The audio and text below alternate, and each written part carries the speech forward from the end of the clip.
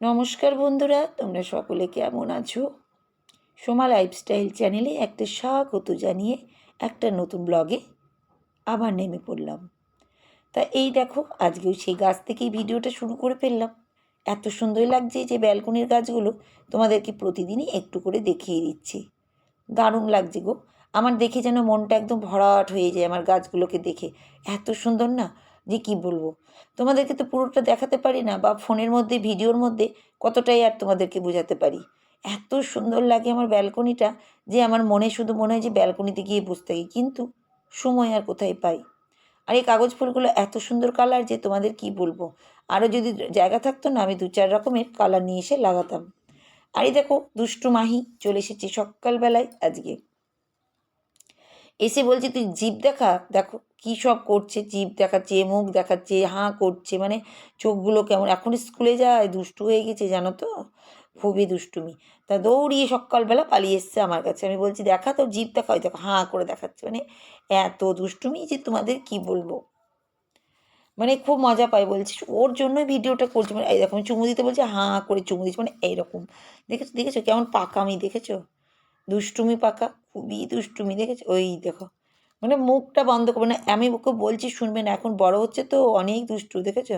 মুখ চোখ কেমন করছে, এই দেখো। খেলা করছে পুতুলগুলো নিয়ে, এইসব দেখাচ্ছে। কি আর বলবো তোমাদেরকে। তা যাই হোক, প্রতিদিনের মতনই জানো তো, একা হাতে সংসারের সব কাজগুলো গুছাতেই আমাকে হয়। তা ওই দিককার কাজ কাম করেই নিয়েছি। এখন আমি গ্যাসটার মধ্যে একটু চিনি দিয়েই দিই। দিয়েই দেখো এইদিকে আমি নমস্কার করে নিয়েছি গ্যাসটাকে, মানে গ্যাস না, ওভেনটাকে। দিয়ে কিন্তু আমি ওদিকে ভাত বসিয়ে দিয়েছি, আর এদিকে আবার টিফিনের ব্যবস্থাও করছি। যতটা তাড়াতাড়ি পারি করেই নিই, কারণ সব খেতে হবে, তাড়াতাড়ি করতে হবে সব কিছু। তা আজকে একটু টিফিনে করব চিড়ে ভাজা, এই জন্য তাড়াহুড়ো তাড়াহুড়ো করছি। খেতেও ভালো লাগে চিড়ে ভাজা, সেই জন্যই গো। তো এই দেখো, ওই দিক দিয়ে সাদা তেল বার করছি, এইদিকে বাদামটা নিয়ে এসেছি, সবটাই দিয়ে একটু চিড়ে ভাজা করে নেব। খেতেও ভালো লাগে। আর মাহি ওইদিকে বসে আছে, ও চিড়ে ভাজা খাবে বলে বসে আছে জানো তো। তো ওই যে বললাম, একা হাতে সংসারে সব কাজ, তো ওই জন্য দেখছো তো একটু তাড়াহুড়ো তাড়াহুড়ো করে করছি।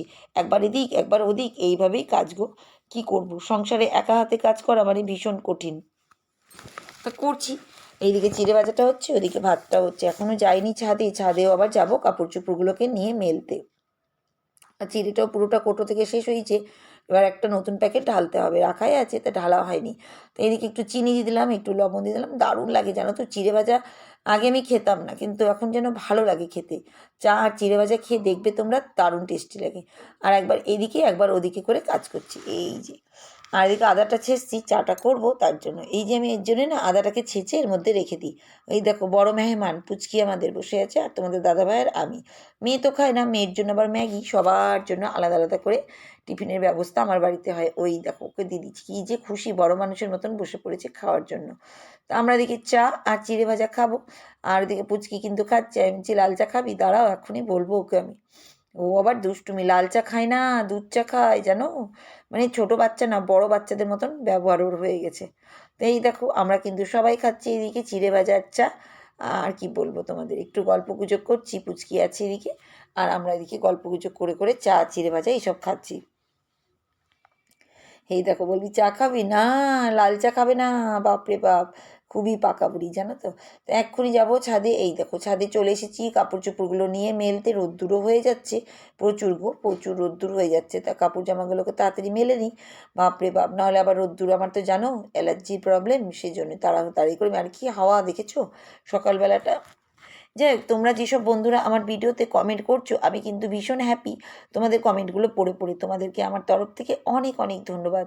তোমরা এত সুন্দর সুন্দর কমেন্ট করো না, যে আমার মনটা না ভরেই যায়। আর ভিডিও যখনই ভাবি, শুধু তোমাদের কমেন্টগুলো পাওয়ার জন্যই ভিডিওগুলো দিই, কারণ এত সুন্দর সুন্দর তোমরা কমেন্ট করো।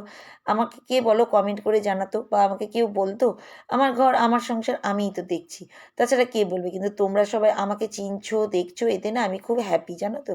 আর এই দেখো, নিচে নেমে এসে বাসন কুসনগুলো আবার মেজে নিচ্ছি, যেগুলো খাওয়া দাওয়া, আজকে হটপটটাও একটু মাজছি, এই দেখো। তো যাই হোক, আজকে যে বন্ধুর কমেন্টটা পড়বো, তো সেই চ্যানেলের বন্ধুটার নাম হচ্ছে এলিনাস টেস্টি রেসিপি।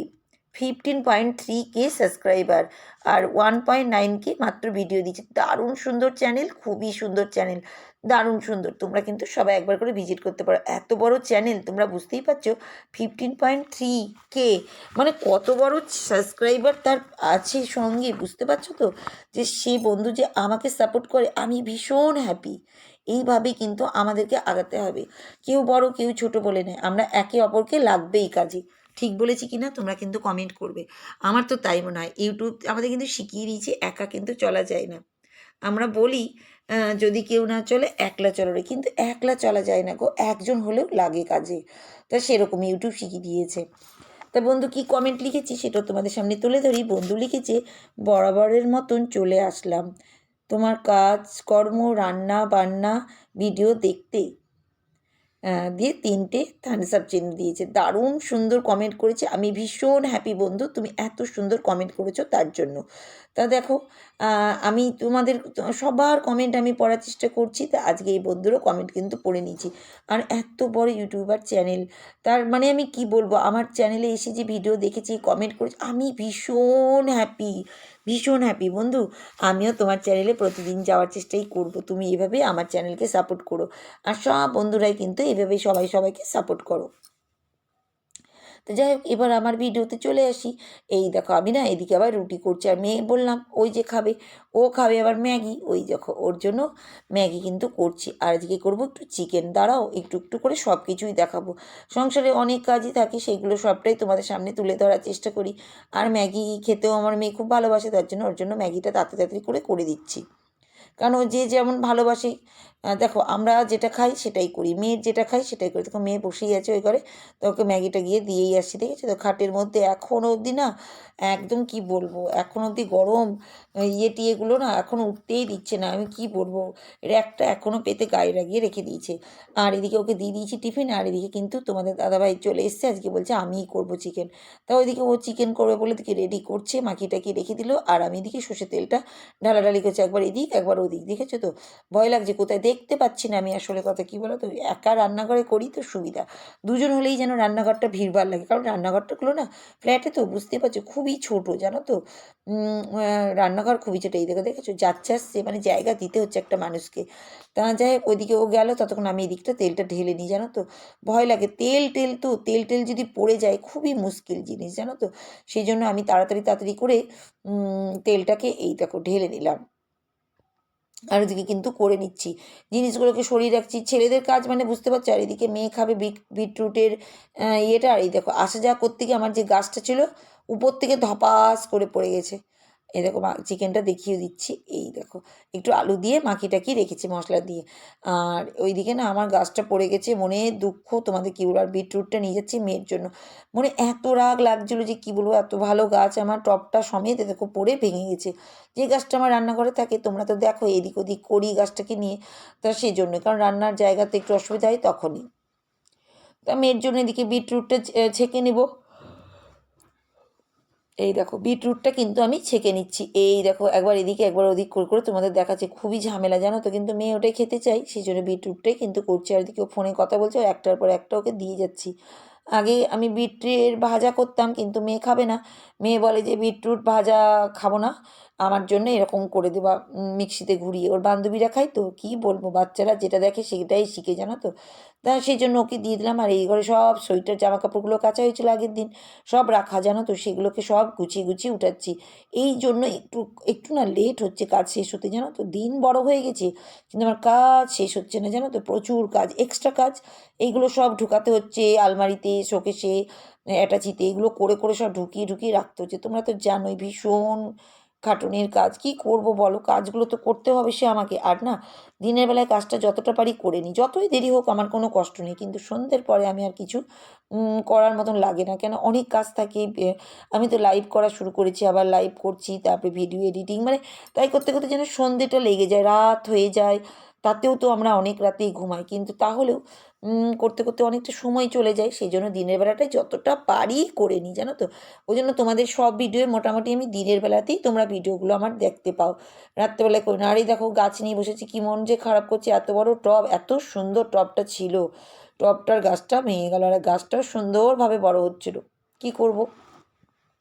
এই দেখো কিছু করার নেই, এই দেখো সেই জন্য আমি ওই যে সামনে একটা টব রেখেছি, ওই টবের মধ্যে গাছটা লাগাবো। এই দেখো দেখেছো, এখানে একটা বিটরুট গাছ আছে, সেটাকে তুলে অন্য জায়গায় লাগাতে হবে। দেখতেও মায়া লাগছে, কিন্তু কি করব।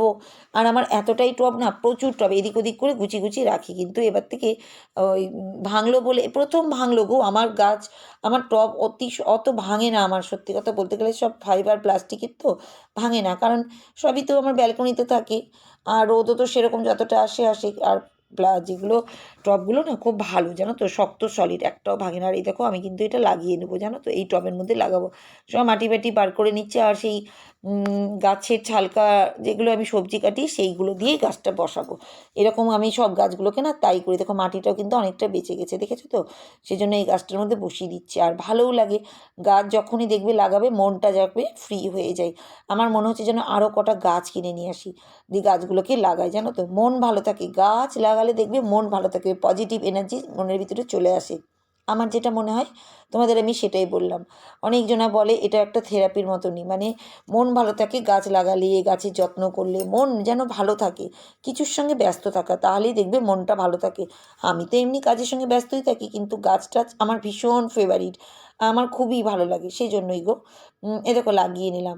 তা যাই হোক, অনেক তো তোমাদের সঙ্গে বক বক করে নিলাম। তা তোমাদের বলেই দিলাম গাছটা যে নতুন করে রিপোর্টিং করাই হলো।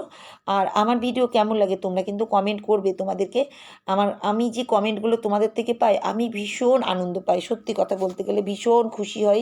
আর আমার ফ্যামিলি সবাইও দেখে জানো তো তোমাদের কমেন্টগুলো, সেজন্যই। আর দেখো রান্নাঘরে এবার চলে এসেছি, চিকেনটা একটু দেখতে, একটু ঝোল ঝোল করবো, একটু আলু টালু দিয়ে কষে টষে এবার একটু ঝোল দিয়ে একটু ঢেকে দিয়েছেন। তার ফলে ওইদিকে কাজগুলো কিন্তু করা হচ্ছিলো, তোমাদের দাদাভাইও দেখছে, আমিও দেখছি।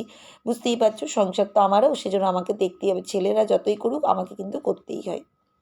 তো এই দেখো এদিকে আবার চাপিয়েছিলাম কী জিনিস, তাই যাই হোক আজকের মতন